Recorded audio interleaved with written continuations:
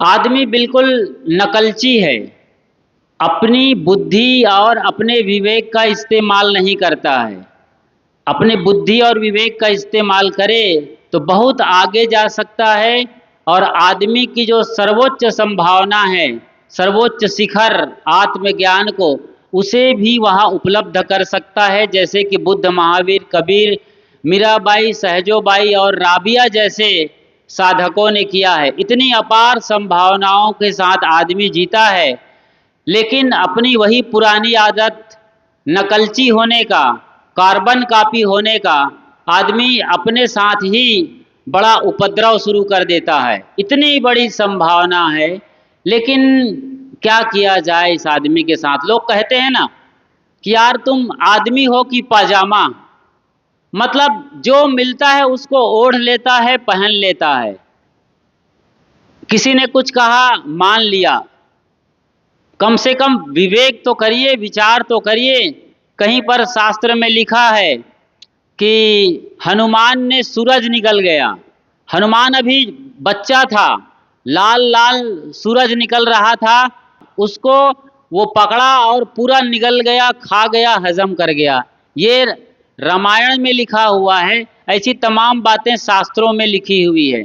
आदमी विचार नहीं करता कि धरती से 1500 करोड़ किलोमीटर दूर सूरज है, दहकते आग का गोला है, उसको हनुमान कैसे निगल जाएगा। अब ये अतिशयोक्ति में कहा गया वचन है या महिमा में कहा गया वचन है। सूरज को निगल जाने का मतलब है कि हनुमान बचपन से ही काफ़ी मेधावी और बुद्धिमान था।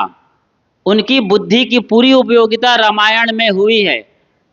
हनुमान बुद्धिशाली प्राणी था और ये कहा गया कि हनुमान बंदर था। लोगों ने मान लिया, बुद्धि बेच दिया। ये ऐसे ही है जैसे किसी को कहा जाए कि तुम्हारा कान कौवा ले गया, तो आदमी अपने कान को टटोलने के बजाय, अपने कान पर हाथ रख के चेक करने के बजाय कौवा के पीछे दौड़ता चला जाता है, कौवा के पीछे भागा जा रहा है कि मेरा कान ले गया। अरे कम से कम देख तो ले छूकर कि तुम्हारा कान है भी कि नहीं। बस ऐसे ही हनुमान बंदर था। हनुमान बंदर नहीं था, हनुमान वानर था। वानर और बंदर में जमीन आसमान का फर्क है। वानर कहते हैं वन में रहने वाले आदमी को, वानर वन में रहने वाले नर, ये सीधा अर्थ निकलता है। ऐसे ही अभी अभी विज्ञान के ज़माने में डार्विन आके बोल गया कि आदमी बंदर की औलाद है, आदमी बंदर की औलाद है। बंदर ही धीरे धीरे विकसित होते होते, यानी बंदर जैसे 4 पैरों में चलता है, तो धीरे धीरे बंदर खड़ा होना शुरू हुआ और खड़े होकर जब चलने लगा 2 पैर से, तो धीरे धीरे उसकी पूंछ की उपयोगिता खत्म हो गई और पूंछ गायब होती चली गई। मतलब आदमी बंदर से बना है, बंदर का विकसित रूप आदमी है, या कहते हैं कि बंदर की औलाद है। बस आदमी ने मान लिया बंदर की औलाद है। तो जब बंदर की पूंछ खत्म हो गई तो आपने देखा है यहाँ तो सारे आदमी की कोई पूंछ नहीं है। और बंदर की पूंछ यदि खत्म हो गई होती तो बंदर की पूंछ कैसे अभी भी बरकरार है। सारे जितने बंदर हैं दुनिया में, सबकी पूंछ खत्म हो जानी चाहिए। आदमी विवेक नहीं करता, विचार नहीं करता, सोचता नहीं, अपनी बुद्धि का इस्तेमाल नहीं करता है। करहु विचार जो सब दुख जाई, बीजक में कबीर साहब कहते हैं कि करहु विचार तो सब दुख जाई। यदि विवेक करोगे, विचार करोगे, थोड़ा ठहर कर सोचोगे, तो तुम्हारे जितने भी दुख हैं उन दुख से तुम बाहर निकल सकते हो, दुख खत्म कर सकते हो। जो जन्म मिला है आनंद के लिए, परम आनंद को जानने के लिए, मतलब पूरा जीवन आनंदमय हो सकता है, लेकिन आपका जीवन तो दुखों से भरा हुआ है। सुबह से लेके शाम तक या जन्म से लेके मृत्यु तक दुख ही दुख दिखाई दे रहा है। रोते रोते पैदा हुए, मजबूरी थी प्रकृति की, वरना ऐसे नहीं होता तो फिर घर वाले रोते। दूसरी बात, शिकायत करते करते जीते हो, जिंदगी भर शिकायत, वो ऐसा है, फलाना ऐसा है, उसने मेरे साथ ऐसे धोखा किया, मेरी ये होना चाहिए था, वो होना चाहिए था, मतलब शिकायत शिकायत शिकायत। और आखिरी में आदमी पछताते पछताते मरता है, पूरा जिंदगी भर पछताते रहता है। तो क्या ये हारा हुआ आदमी एक जुआड़ी की तरीके से मर कर जाता है? ये सिर्फ इसीलिए कि आदमी अपने साथ नहीं है, अपनी गरिमा के साथ नहीं, अपनी महिमा के साथ नहीं, अपने होने के साथ नहीं है, सिर्फ नकलची बना हुआ है, कागजी, जो कहा मान लिया गया। दो मित्र थे, बड़े अच्छे मित्र थे, लंगोटिया यार थे, एक दूसरे के बगैर जीना पसंद नहीं आता था, कहीं भी जाते दोनों साथ में जाते, और दोनों एक क्लास में पढ़ाई कर रहे थे। एक होशियार था, एक थोड़ा कमज़ोर था। अब दोनों जैसे तैसे एग्ज़ाम पास कर लिए थे और जॉब की तैयारी चल रही थी, तो इंटरव्यू कॉल आया। दोनों इंटरव्यू के लिए कॉल सेंटर पहुँचे। वहाँ जो होशियार था उनको पहले बुलाया गया और वो गए। तमाम जो टीम होती है इंटरव्यू लेने वालों की जूरी, वो बैठी हुई थी, उसमें 4-5 लोग थे। सामने बैठे जा कर के वो होशियार बालक, और उनसे सवाल जवाब शुरू हुआ। उनसे पूछा गया कि भारत को आज़ादी कब मिली? वो थोड़ा सोचा विचारा और बताया कि भारत को आज़ादी 1857 के साल में हमारे क्रांतिकारियों ने अंग्रेज़ों के खिलाफ बिगुल फूका और 1947 के साल में आज़ादी मिली। मतलब उन्होंने बताया 1857 में शुरू हुई कहानी और 1947 को हमें आज़ादी मिली। अच्छा, तो सवाल उससे दूसरा किया गया कि इनमें कितने लोग शामिल थे? वो बड़ा विचारवान था, विवेक किया, विचार किया, सोचा और बताया कि 1-2 आदमी का इसमें रोल नहीं है, 1-2-4 आदमी का नाम नहीं लिया जा सकता। अगिनत लोगों ने अपनी कुर्बानी और बलिदान के जरिए हमें आज़ाद किया है। तो बहुत अच्छा उत्तर मिल रहा था, सही सही उत्तर जा रहा था। अब तक उसको 5-5, 10 नंबर मिल चुके थे। तीसरा सवाल किया गया कि हमारी धरती कैसी है, इसका आकार कैसा है? उस बच्चे ने बहुत सुंदर और प्यारा सा उत्तर दिया कि कुछ लोग कहते हैं कि धरती चपटी है और कुछ लोग कहते हैं कि गोल है। बहुत शाबाशी मिली। अब उसके 15 अंक हो गए और उनसे पूछा गया कि अभी भारत के वर्तमान प्रधानमंत्री कौन है? उसने बताया कि हमारे प्रधानमंत्री नरेंद्र मोदी साहब हैं। अच्छा, फिर सवाल किया गया कि अभी जो भारत पाक लड़ाई में भारत ने जो अटैक किया, पाकिस्तान पर हमला किया, उसका क्या नाम रखा गया है? तो उसने कहा ऑपरेशन सिंदूर। मतलब वो पूरे पूरे 20-25 नंबर के सवाल का सारा उत्तर दिया, सारा जवाब सही दिया और उसको जॉब मिल गई। अब वो बाहर आया और उसका दोस्त था, बरामदे में बैठा हुआ था। उसने पूछा कि भैया क्या क्या सवाल किया गया है, कम से कम मुझे भी कुछ बता दो। इसी बीच घंटी लग गई अंदर आने के लिए, तो उनको जाना जरूर था जल्दी से जल्दी। तो उसने कहा अब क्या पूछा है तो मत बताओ, उत्तर उत्तर बता दो। तो उन्होंने उत्तर बताना शुरू किया। 1857 में शुरू हुआ और 1947 में हम आज़ाद हुए। अच्छा, फिर बहुत लोग शामिल थे इस आज़ादी की लड़ाई में और हम फिर मुग़लों को परास्त कर दिए। ये दूसरा उत्तर दे दिया। चपटी और गोल, ये तीसरा उत्तर दे दिया। नरेंद्र मोदी नाम बता दिया प्रधानमंत्री का, और ऑपरेशन सिंदूर। अब ये लड़का जो अब तक बिल्कुल नकलची था पहले वाले का, उनके साथ जैसे तैसे नकल मार के जीता था। एग्ज़ाम सेंटर में भी जब लिखना पढ़ना होता था 3 घंटे तक, तो उनकी कॉपी लेकर के कॉपी करता था, बिल्कुल कार्बन कॉपी। अपने न बुद्धि का इस्तेमाल करता न विवेक का। अब पहुंचा वहां पर इंटरव्यू वाले लोगों के सामने और उनसे पूछा गया कि क्या नाम है तुम्हारा? अब अपना नाम बोलना चाहिए था, बड़े शान से और रौब से। जो उत्तर मिला है वही बोलना है, इतना भी विवेक नहीं करना है कि मेरा नाम पूछा जा रहा है मैं क्या बताऊं।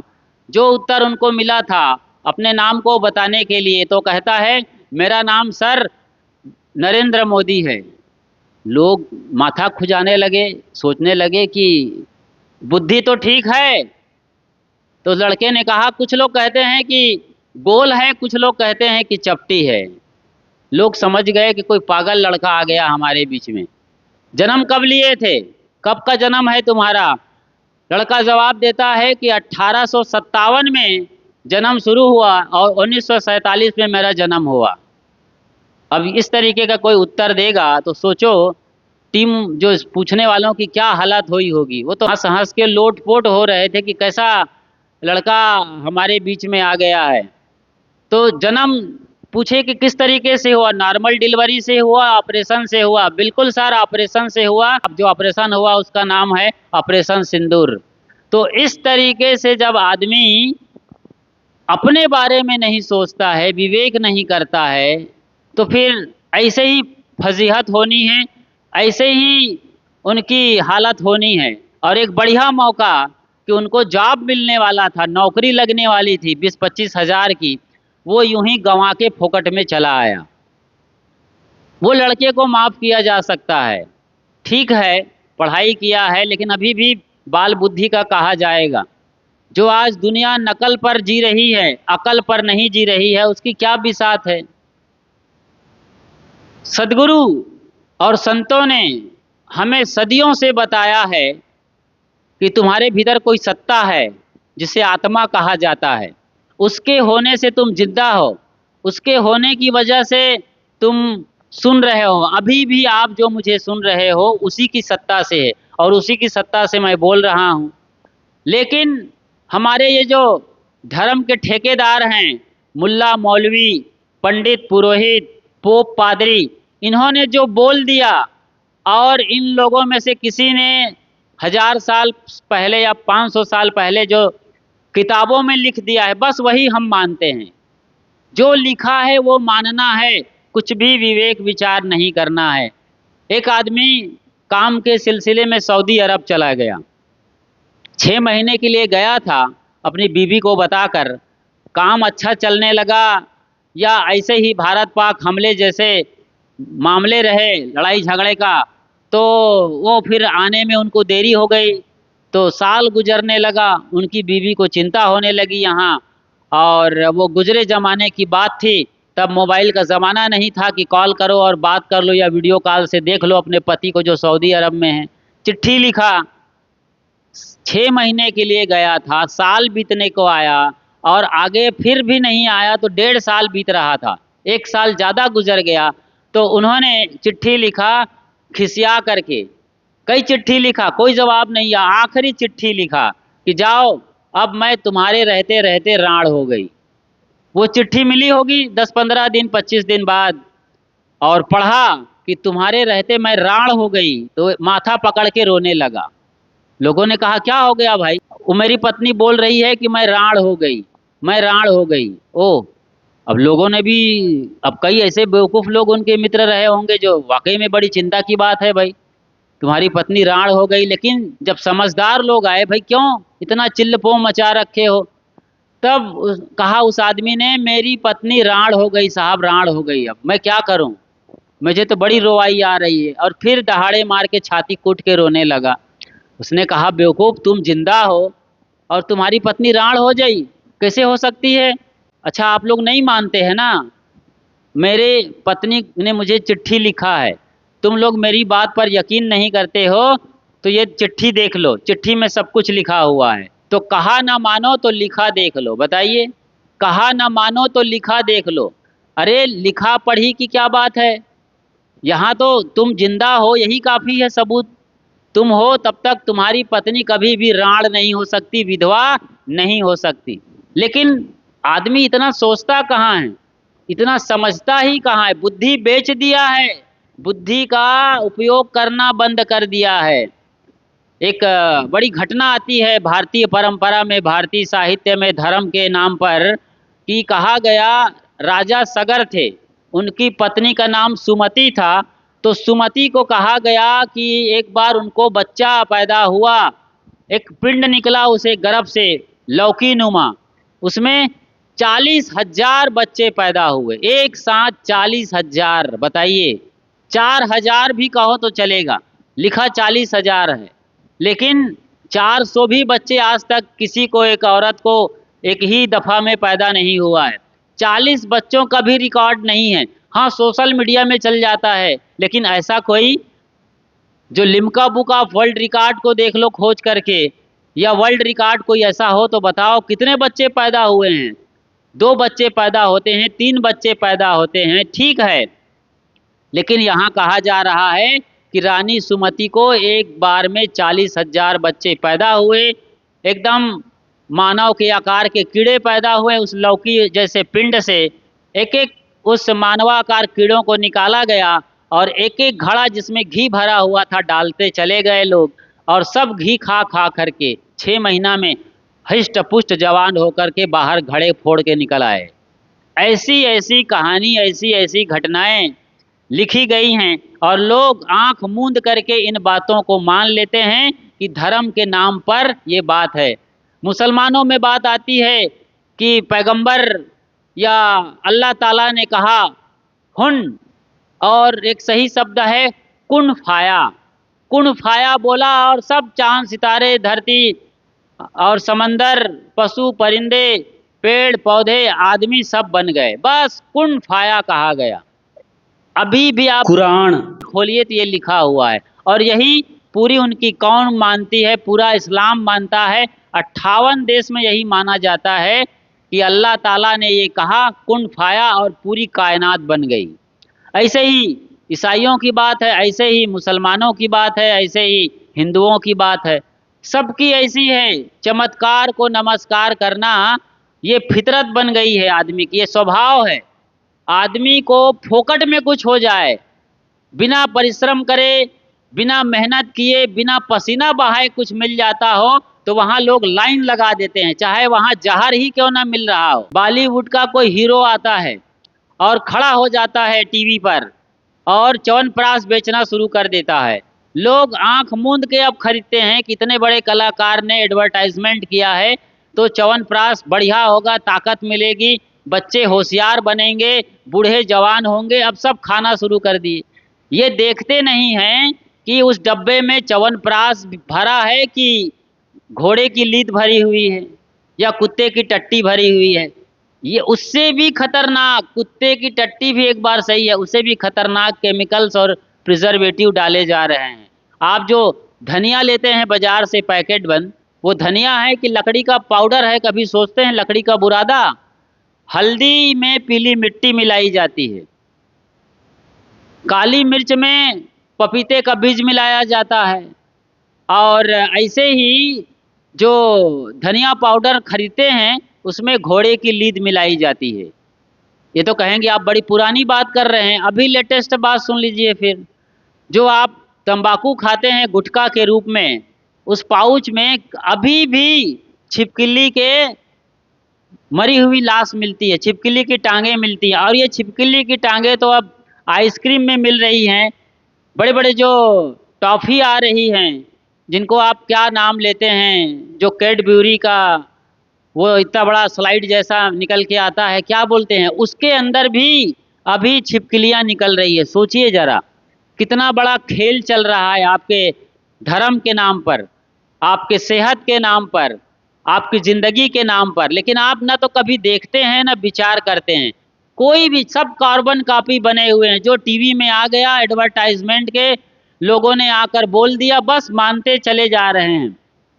अरे कम से कम थोड़ा ठहर लो, देख लो, परख लो, आँख मिली हुई है। पूरा आपका जो सिर है वो बड़ा से बड़ा साइंस सेंटर है, आँख से देख लो कि चीज़ खाने लायक है कि नहीं। चलिए आँख से आप धोखा खा गए, नहीं समझ पाए, रंग रूप और चमक में आप आ गए और वो चीज़ आप खाना शुरू कर रहे हो। कम से कम सूंघ तो लो। आँख के बाद नाक लगी हुई है चेहरे पर, नाक बताती है कि इसकी बदबू उठ रही है, खमीर उठ रहा है, ख़राब हो गया है, ये एक्सपायर हो गया है। चलिए नाक से भी आप धोखा खा गए, नाक सही काम नहीं करती। जीभ से तो चेक कर लो टेस्ट को कि ये ख़राब तो नहीं हो गई है चीज़ जो खाने जा रहे हो। कम से कम जीभ से देख लो। फिर जीभ से भी खाने के बाद आप नहीं समझे और खा लिए तो आपका पेट बताता है, आपको दस्त लग जाते हैं, आपको उल्टी होती है, आपका जीभ मिचलाने लगता है। ये सब हो रहा है, लेकिन फिर भी आदत के गुलाम हैं, बुद्धि को बेच दिए हैं, कार्बन कॉपी हैं। यानी वही लोग कहते हैं ना यार, क्या आदमी हो यार, पजामा हो। आदमी हो कि पाजामा, मतलब जो जिसने दिया वो ओढ़ लिया, पहन लिया, बिना विवेक विचार करे। लोग बोलते हैं क्या आदमी हो तुम कि बैल बुद्धि के हो। बिल्कुल बैला आदमी है, कोई विवेक विचार नहीं है। तो आज आपको सोचना है, समझना है और अपनी बुद्धि का सही इस्तेमाल करना है। आदमी विवेकशील प्राणी है, चैतन्यवान प्राणी है। पशु परिंदे भी सूंघ कर, देख करके खाते हैं, पीते हैं। आपने कुत्तों को देखा है? मादा के पीछे लगने वाले जो मर्द वाले जानवर हैं, पुरुष जानवर हैं, उनको देखा है? वो पूरी तरीके से मादा जानवर के पीछे को सूंघ लेता है, समझ लेता है, तब उसके साथ संबंध बनाता है। और आदमी कभी ये चेक नहीं करता, कभी ये जानने की कोशिश नहीं करता और जिंदगी भर दीवाना बना रहता है। उसी काम वासना में अपने को बर्बाद करता रहता है, अपनी बुद्धि का दिवाला निकालता है, शरीर को बिगाड़ता है और घर को बर्बाद करता रहता है। ऐसे ही घटनाओं के चलते ये नीला ड्रम कांड होता है, सौरभ हत्या कांड, मेरा ड्रम कांड। और आदमी आज क्या कर रहा है? आदमी अपने ही प्रेमी के साथ मिलकर पति को कुकर में उबाल रहा है, कहीं अपने ही प्रेमिका के साथ मिल करके एक आदमी उसके पति को काट काट करके बोरी में भर करके उफलती नदी में डाल रहा है। ये इसीलिए हो रहा है, आदमी अपने गरिमा और महिमा को नहीं जान पा रहा है। तो बहुत बढ़िया है, आज अच्छा मौका है, इसका उपयोग करें। और सद्गुरु कहते हैं करहु विचार जो सब दुख जाई। विवेक करो, विचार करो, अपनी गुणवत्ता का इस्तेमाल करो। सबसे गुणवान प्राणी हो आप, और उसका जो मानुष तेरा गुण बड़ा, जो बुद्धि है, विवेक है, इस गुण का सही उपयोग करके अभी भी कुछ नहीं बिगड़ा है। जो हुआ सो हुआ, आज जग जाओ, जब जागो तब सवेरा।